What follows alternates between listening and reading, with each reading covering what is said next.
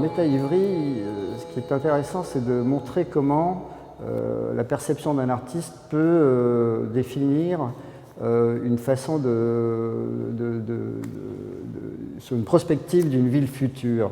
L'idée, c'est de transformer l'architecture, l'urbanisme aussi, ce qu'on peut appeler aujourd'hui, ce qu'on a déjà appelé la vitesse, la vitesse de l'information, la vitesse courante, c'est-à-dire le trafic, les réseaux, le trafic de la vie quotidienne, le trafic de voitures, l'amplification du changement des structures des villes.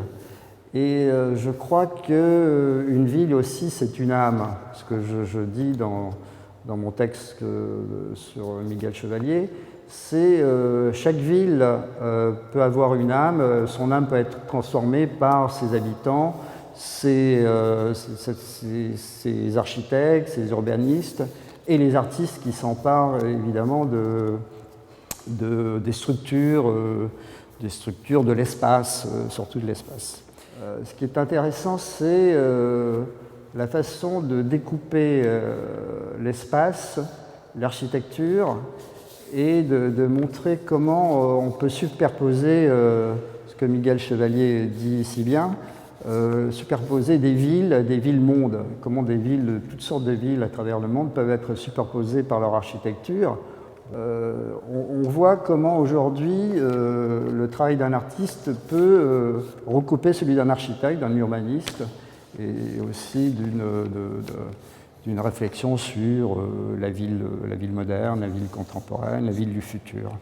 Aujourd'hui, peut-être que ce travail très moderne, très contemporain, on peut dire qu'il y a peut-être à l'intérieur des machines ou de la réflexion de l'artiste, de l'esthétique de l'artiste, il y a peut-être une nouvelle métaphysique, il y a peut-être ce que je disais au début, une ville c'est une âme, l'artiste a toujours une âme, son âme il la met dans ses créations, et je crois qu'on a peut-être une nouvelle métaphysique.